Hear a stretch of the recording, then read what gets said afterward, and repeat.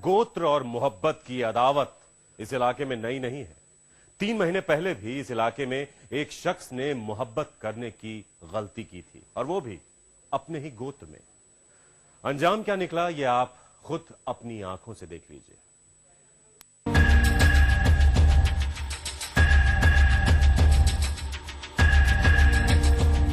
ये इलाका है हरियाणा के जिंद जिले का और गांव का नाम है सिंघवाल। वही सिंघवाल जहां 22 जुलाई की रात गांव वालों ने पुलिस की मौजूदगी में एक शख्स का कत्ल कर दिया और पुलिस कुछ नहीं कर पाई। खुद 1.5 दर्जन पुलिस वालों के लिए इस गांव से जान बचाकर भागना मुश्किल हो गया था। मगर अब जिले के एसपी और कलेक्टर की मौजूदगी में पूरे घेराबंदी के बाद आई पुलिस फोर्स ने एक बार फिर इस इलाके का रुख किया है।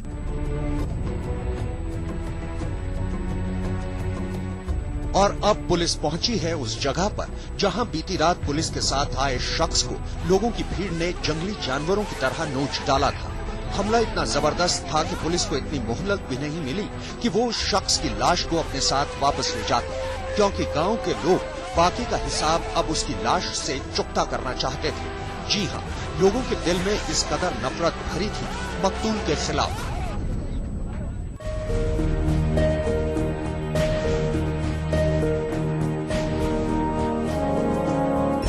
जानते हैं ये शख्स कौन था और इसका गुनाह क्या था। इस शख्स का नाम था वेदपाल और इसका गुनाह ये था कि उसने प्यार करने की हिमाकत की थी। पड़ोसी गांव की सोनिया नाम की एक ऐसी लड़की से जिससे रिश्ता जोड़ने की इजाजत उसे गांव का कानून नहीं देता था, क्योंकि गांव की पंचायत के मुताबिक एक ही गोत्र में पैदा हुए सोनिया और वेदपाल के बीच सिर्फ एक ही रिश्ता हो सकता था, भाई और बहन का। सिंघवाल गांव के लोगों ने भी वेदपाल और सोनिया के बीच प्यार की बात आम होते ही इस बाबत बाकायदा पंचायत बैठाई। दोनों ओर से दलीलें सुनी गई और फैसला सुना दिया गया, यही कि वेदपाल और सोनिया के बीच रिश्ता नहीं हो सकता, और अगर इन दोनों ने गलती से भी इस रिश्ते को नाम देने की हिमाकत की तो इलाके के कानून के मुताबिक सजा भुगतने के लिए तैयार रहे।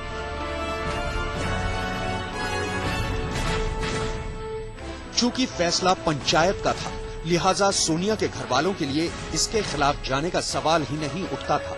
इसलिए उन्होंने बेटी को समझाया कि वो वेदपाल को हमेशा हमेशा के लिए भूल जाए। सोनिया के घर वालों ने इसी दौरान उसकी दूसरी जगह शादी भी तय कर दी, शायद ये सोचकर कि पंचायत के तुगलकी फरमान के आगे अब सोनिया और वेदपाल अपनी हिमाकत दोहराने की जुर्रत न करें। मगर ये उनकी बहुत बड़ी भूल थी, क्योंकि इसी के बाद सोनिया और वेदपाल वो कर बैठे जिसका उन्हें जरा भी गुमान नहीं था, और इसी के बाद पंचायत ने वो फरमान जारी कर दिया जिसे सुनकर लोगों की रूह कांप उठी।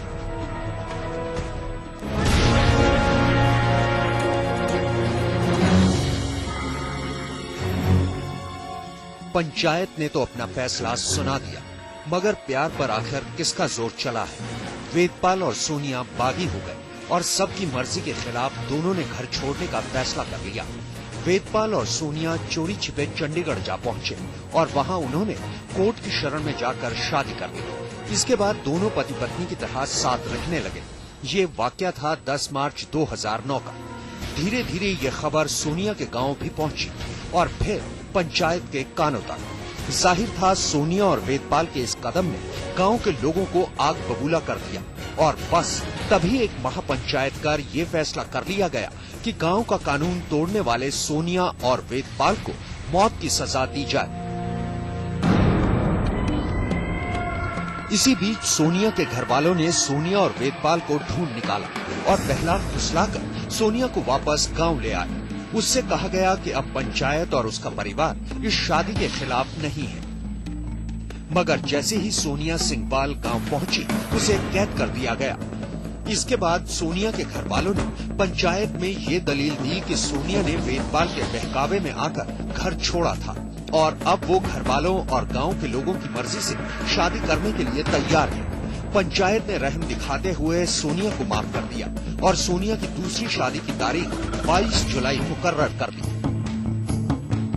सोनिया के घर वालों की ये चाल वेदपाल को भी पता लग गई।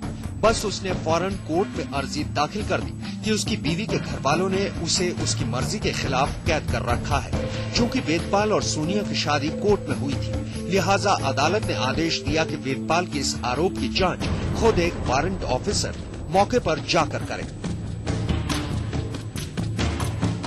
इस तरह 22 जुलाई की शाम जब सोनिया की शादी हो रही थी, हाई कोर्ट के वारंट अफसर सूरज भान वेदपाल को लेकर उसके आरोपों की तस्दीक करने सोनिया के गांव जा पहुंचे। उनके साथ सुरक्षा के लिए जिंद जिले की पुलिस भी मौजूद थी, मगर ये लोग जैसे ही सिंगवाल गांव में दाखिल हुए, पुलिस को देखकर गांव के लोग धड़क उठे। सोनिया के घर पहुंचकर जब वारंट अफसर ने उसे पेश किए जाने को कहा, तो उसके घर वालों का गुस्सा एकदम से फूट पड़ा। उन्होंने वारंट अफसर और पुलिस पर हमला कर दिया। तो मोहब्बत के दुश्मनों पर यह थी वारदात की खास पेशकश।